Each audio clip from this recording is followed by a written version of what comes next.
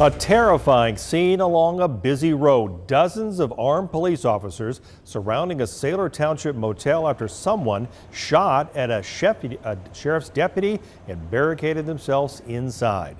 This is what the scene looked like just a while after the standoff unfolded.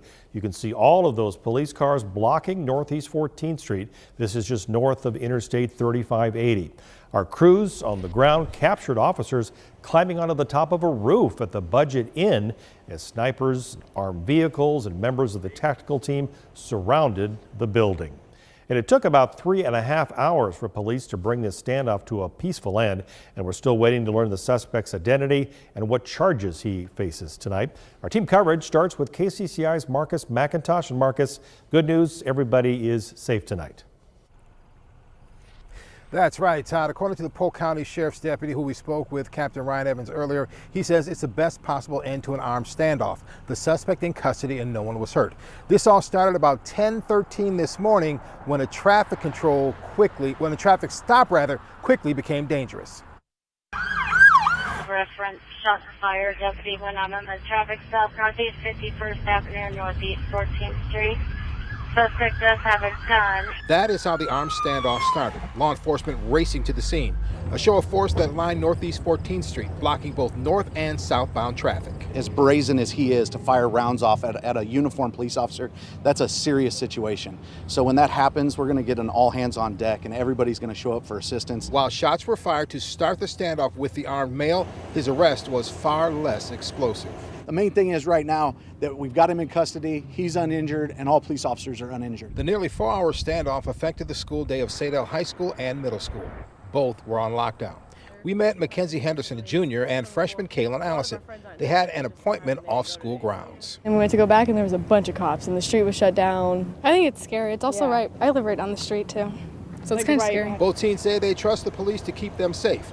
Captain Evans went on to say the way this situation unfolded is a reminder for law enforcement to always be on their toes. There is no such thing as a routine traffic stop because you never know what's going on in that vehicle that you're stopping. Now, we know very little about the suspect at this point, except he was a younger black male with dreadlocks. But we do know that some family members of his showed up at the scene and they were taken by police, we believe, to try to talk him out of the hotel. But at this point, we don't know whether or not that happened or whether or not that played a role in his being arrested earlier today without incident. We're live in Saylor Township, I'm Marcus McIntosh, KCCI 8 News, Iowa's news leader. Thank you, Marcus. The standoff forced nearby schools and businesses to lock down for hours today. KCCI's Kayla James spoke to people who live and work nearby there. And Kayla, this was a scary afternoon for lots of people there.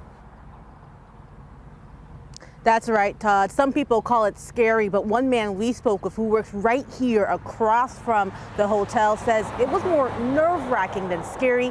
He had a front row seat as law enforcement got into position for this standoff. Now, that man sent us over a dozen videos, including the one you're about to see. He says he watched as authorities climbed up a ladder to get on top of their roof to be in position for anything that happened across the street at the hotel. Other videos show deputies and police officers walking across the parking lot ready and waiting, keeping an eye on the situation at Budget Inn and Suites. Sam Daglish was inside his job at Midwest Metal, taking these videos right after he learned what was going on. It was something we started piecing together. They kind of came to the door and were saying that there was an active shooter and maybe stay indoors, try to, stay away from the windows, things like that. But they didn't really start to tell any details.